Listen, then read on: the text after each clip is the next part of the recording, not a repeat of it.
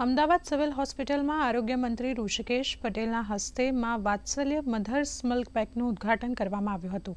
આ તકે ઋષિકેશ પટેલે જણાવ્યું હતું કે નવજાત શિશુઓ માટે માતાનું દૂધ સર્વોત્તમ આહાર છે અને ગંભીર સ્થિતિવાળા નવજાત શિશુઓ માટે માતાનું દૂધ ઉપલબ્ધ કરાવવું અત્યંત જરૂરી બની જાય છે।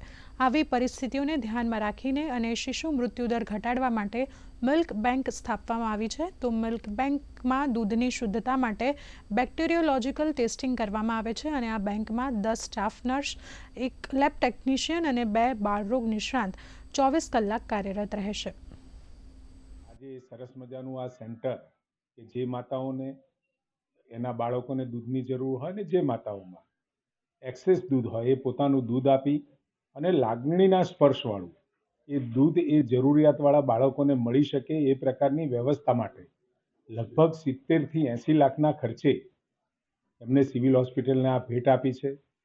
અત્યારે આપણા ગુજરાતની અંદર વડોદરા, સુરત, વલસાડ અને ગાંધીનગર ખાતે આ પ્રકારની વ્યવસ્થાઓ ઉપલબ્ધ છે અને આવતા સમયમાં